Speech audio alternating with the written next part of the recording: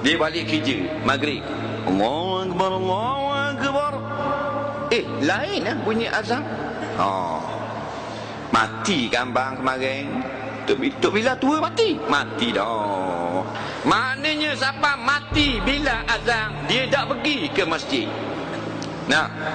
Ni teruknya punya manusia.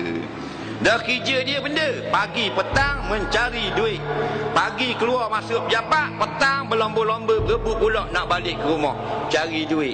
Macam lembu, macam kambing, keluar pagi balik petang, keluar pagi balik petang, cari rupuk.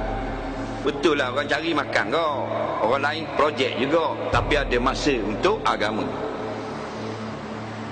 Bila mati cari masjid, telefon masjid, baru nak telefon masjid. Nak mati cari imam. Dah kerti nak buat, mak dia kata pergi tanya imam.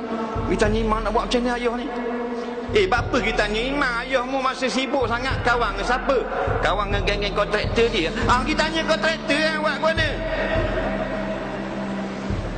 Mati habis cerita, mati lagi.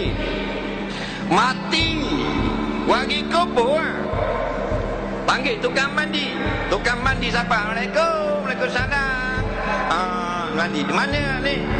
Jenazah mana tu? Jenazah ada kat dapur. Tuan rumah mati. Pagi petang cari duit je. Dah ada siapa masa mati.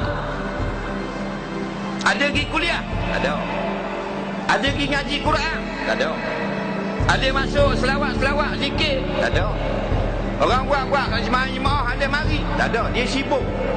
Dia memang bagus dia ni. Dia kabur kata imam, bini dia lah. Suami I ni memang bagus, dia memang bagus cari rezeki.